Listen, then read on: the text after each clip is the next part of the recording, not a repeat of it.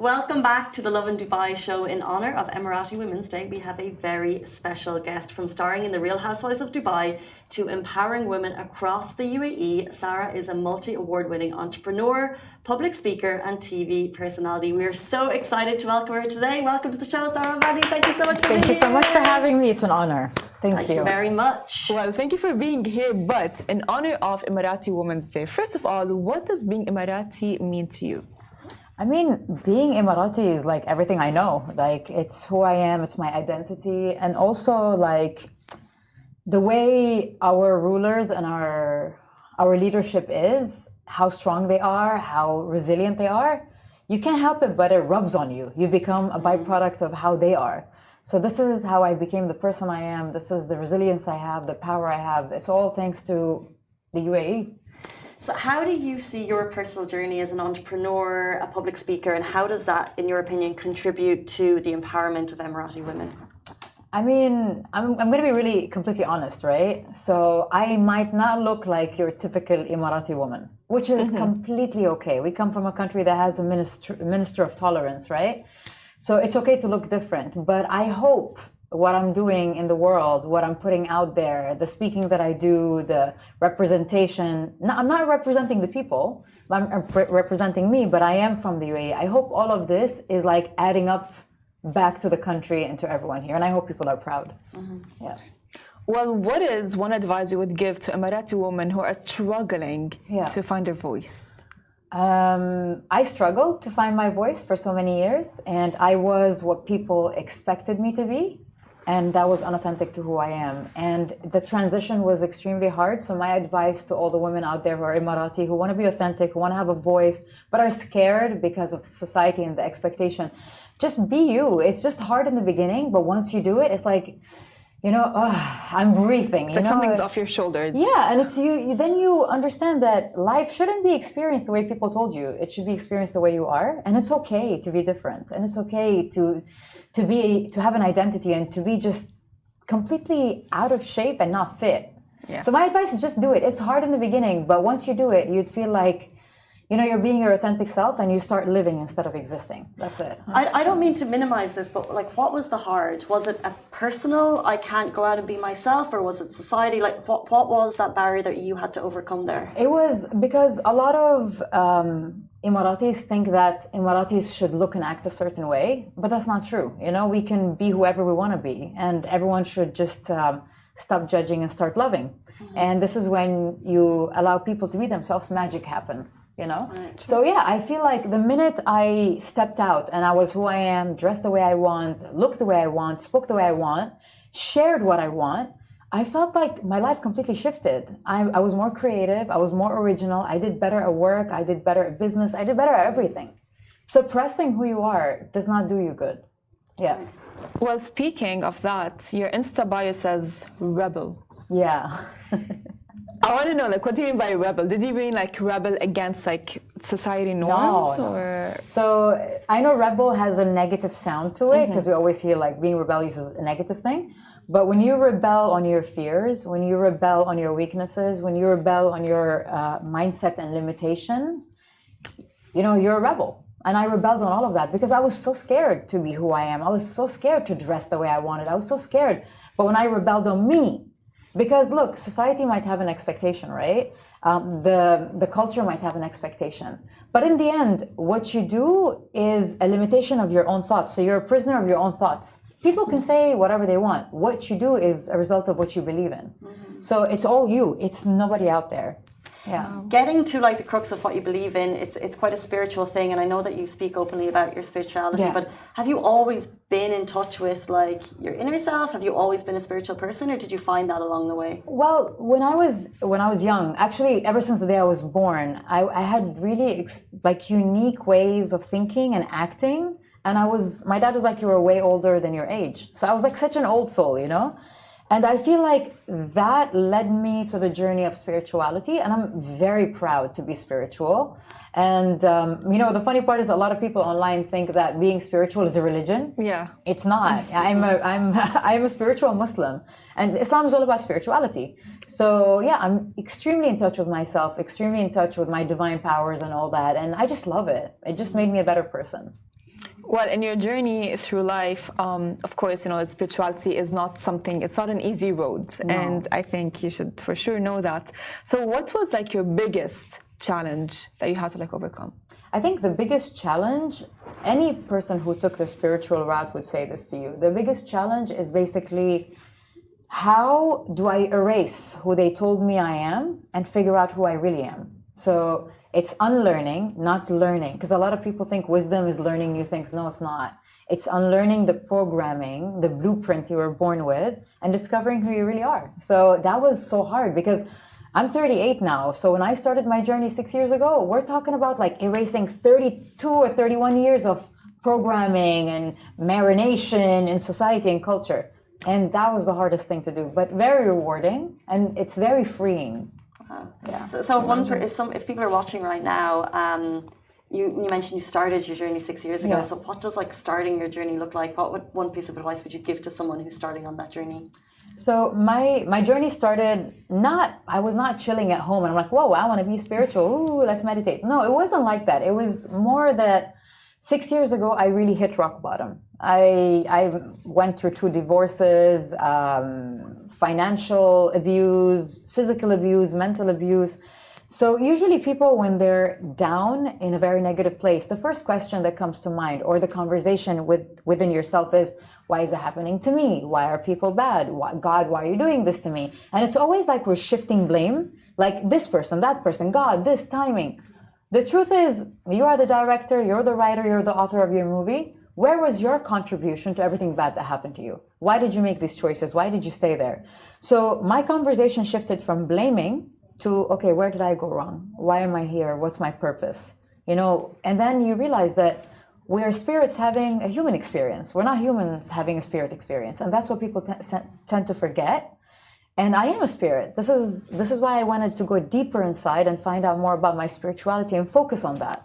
And that's why it's called the awakening. And it's because you wake up from a collective sleep. Because the human experience, you forget the spirit, where it was, who you were, the life you had before and all that. So yeah, and it's just rewarding and beautiful. And Islam indicates a lot of things to it. If people pay attention, like God dropped us hints here and there. Yeah, just pay attention. Yeah. So is there any piece of advice for healing that you could give? Yes, I feel like as a person who's involved in the healing space and helps people with their healing journeys, and just to clarify, helping people heal doesn't mean I'm healing them. It means we hold space for people to do the work and do the healing, because you are your own healer, you're powerful, don't forget that. So when you heal, you are honoring yourself, you're honoring your journey, you're honoring your story, and you're brave enough to start a new one. So my advice is everyone should do healing, everyone should go within, because the only way to stop the generational cycle, which is passing from grandma to mother to great-grandmother, if you want to be the one that changes the game, the black sheep in the family, the one that starts the new ancestors, the one that starts the new generation, do the work, do the healing, so the cycle stops with you. So yeah, it's such an honoring experience. It's such a beautiful thing.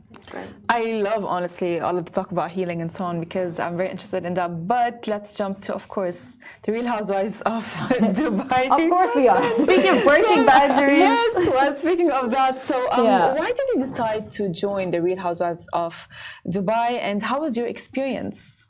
So when I first was casted, I thought it was a prank. Oh. So I was like, hang up the phone. Nope, don't do that. Don't sell me that, But then later on, I checked the credentials of the person and the people calling me. I was like, oh my God, this is real. And I never watched the Housewives before, but I know of it because it's a legacy. We cannot deny how big the franchise is, right? Then I remember, usually I always have conversations with myself before asking people for advice or anything. You go within first. So I was like, why is God sending me this opportunity, And then I sat and I thought, and then I realized, oh my God, I asked for this, And we ask for things always, and we try to manifest things, but God sends it to us in different ways. True. And what I asked God was, I want my voice to reach more women, not just the Middle East, and I want my voice to be heard, and I want to teach people about what I do in the healing and how to focus on themselves. And I want to really change the way people look at Middle Eastern people. The stereotype, the stigma. And then God's like, Housewives of Dubai, so I couldn't say no, and I took it, And it is not easy. you know, especially as a tree hugger. You know, it's not easy to be in that space. But the production makes it easy. Everyone in Bravo makes it easy. It's a fun experience. It's not easy, but it's definitely a fun experience. Yeah. Interesting. Describe filming. Like, is it grueling? Like, it's probably the most glamorous season of Housewives, and that's saying something considering all of the other cities around the world. Yeah. And what is a day of filming like? Day one, I entered. There were like 40 people on set, cameras everywhere. You slowly have to train yourself to like make everything unconscious. Like now, no one exists. This is life. This is who you are. And you know what I like is when I ask family and friends who watch the show, I'm like, "Do you see me as me in real life?" They're like, "Yeah, totally. That's you." You know. And I'm glad because I don't want anything to change me. I don't want anything to provoke something I'm not. And I don't want fame or anything like that or exposure to make me into like a fame-hungry monster or someone I'm not. Now, the production is amazing. The producers are amazing. They make it so easy for you to be in that environment. The ones that make it hard is the girls on the show. So it's not the cameras. It's not the producers. It's not anything. It's the different personalities and dynamic. Not easy. So when there's like a fallout, when there's a rift, and when, you know, negativity does come, because that's the nature of reality TV, how do you protect yourself and how do you protect your family from that? No, you can see me. I don't react. You know, the thing is, a lot of people think that spiritual people are love and light. But I always say, I will love and light your house on fire if you cross the limits with me. Because healing and spirituality is about speaking your truth, is setting boundaries and not allowing people to cross them and to speak, not to block your throat chakra. So if I'm vocal, but it takes me a long time to get angry, because if I'm triggered, that means I'm on a leash. You could take me for a walk any day you want. But I'm not triggered easily by it. But the thing is, I am not a person that creates drama. And I think in the reality TV world, that is not something they like. So I'm always attacked. People are like, "Oh, she's fake. She's hiding it. She's acting like she doesn't care." I really don't care. I really am not triggered. And I really do not, it doesn't feed my mind, body, and soul to bring a woman down, to name call women, to create fights, to spread rumors. It does not feed me. And people don't like that. So I get a lot of backlash online about people thinking I'm not authentic because I'm not negative. But I worked on myself so much not to be that person. So I'm going to remain being that person. That's beautiful. Yeah. But of course, you know, we want some drama. So if you can tell us a bit about the feud between you and Saba. Okay, so my goodness, how did that make it to the news? Yes, what caused it? Because she announced she's moving forward from your relationship publicly, that's why it made the news. You know what's crazy? It's like, I feel like George Clooney left Amal Clooney and they had to sign a prenup online, and people do that when Facebook leaves Instagram, you know? George Clooney didn't leave them all. No, I'm just saying me and Saba are not that, you know? Okay. But when part of my healing journey, I learned how to let go of people who are on a different path, different mindset, different choices in life. And Saba cannot deny that I was there for her in every way possible. But there came a time after my healing journey where I realized it's okay to say goodbye to some people who are not aligned with you. So 2 months ago, and I have everything on WhatsApp, you know, I told her that the friendship is over and I can't be friends with her anymore and the work is over. So I don't know where that letter came from, because I was like, I'm kind of confused with this breakup letter, because I'm the one that walked away, and why are you making it public? We're not Facebook or X or Twitter merging or leaving each other, number one. Number two, she was like, we're separating even with work. Our business did not launch. I'll get it if we launched it and there's a reputation and work involved and that. But I guess it's the CEO thing, right? That's what she said. And I love how in the end of the letter it says, for media inquiries, you know?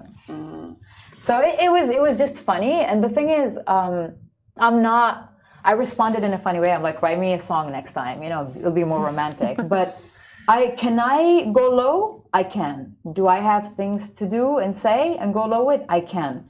But I ate on a table with her dad. Her dad met my dad. Families met each other. So I'm just remaining, like, keeping the respect and just staying respectful to everything and just ignoring this. And yeah, this, to me, that's how a girl asks for attention, not a woman acts. Interesting, because she said the same in terms of the WhatsApps. She was like, if I wanted cheap attention, I could play your voice notes. Is that it? Yeah, the voice note said that I don't stand for these things and we're parting ways, and I'm more than happy to play the WhatsApp. And trust me, one advice for Saba online is turn it down, because if I tell people why things went down, it wouldn't be good. Well, we have her on the show tomorrow. We'll ask her the exact same question and we'll let the public court of opinion decide. Lordy Lord. Okay. Well, moving away from the feud that's between you and Saba, there are rumors that there is season 3 of The Real Housewives of Dubai. Yeah. So my first question is there season 3? And if it's actually going to be happening, can you tell us what will be happening? I heard it wasn't happening. No, so the thing is, us as a cast, even the production, we don't know if there's a season 3. You get picked up later on and you get informed about it. So we don't know anything. Even season 2, we did not know. Last minute we found out. So is there going to be a season 3? I hope so. And I mean, this season was great. It killed it. So it'll be great to understand what happens next, because there's a lot of drama that happened. If it doesn't, it was a great journey. It was a fun experience. But we hope so. But I swear to God, I'm not like trying to be like mysterious. We really don't know. Yeah. They keep it from the house. Only Andy knows. Only Andy knows. Yeah, only Andy knows. Okay, we're going to play a quick game of kind of rapid fire questions. Okay. I want to get your thoughts on this. Okay, so what is your guilty pleasure? My guilty pleasure, I don't know.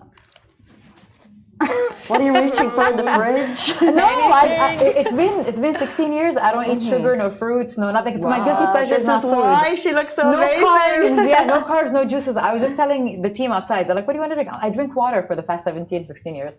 So I think my guilty pleasure is the sun. I love being in the sun. Okay. Oh, I mean, you were expecting cake, right? No. I don't know, or maybe like a certain person. I don't know. We didn't know what to expect. Yeah, it's the sun. Yeah, the sun.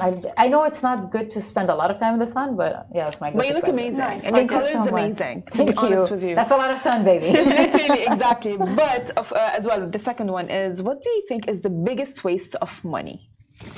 Buying people's validation. Oh. It's like when you buy things so people can accept you and so you can look like you've made it or you have this and all that in front of people. It's like you're literally buying tickets to your show. That's deep. That's crazy. That's deep. Yeah. I love that. What's your favorite thing about social media? Meeting with like-minded people, spreading awareness and positivity, influencing, the real influencing. Right. Well, the least favorite thing about social media? It's just an open door to the world, and people can say whatever, whenever, however they want. And what I don't like is when people do that without knowing that anyone can be watching you. It can be a person who's less privileged, a child, someone who's abused, someone who cannot afford. So whatever you put out there, you're responsible of. And I know a lot of people say, well, it's my page. If they don't like it, let them not follow me. But guess what? You know, it's a public page. It's not your bedroom. So yeah, just the awareness of the responsibility of social media. Some people like it. Who is the one person you can speak to about anything? My son. My son. I have a group of best friends, like my soul family, my tribe.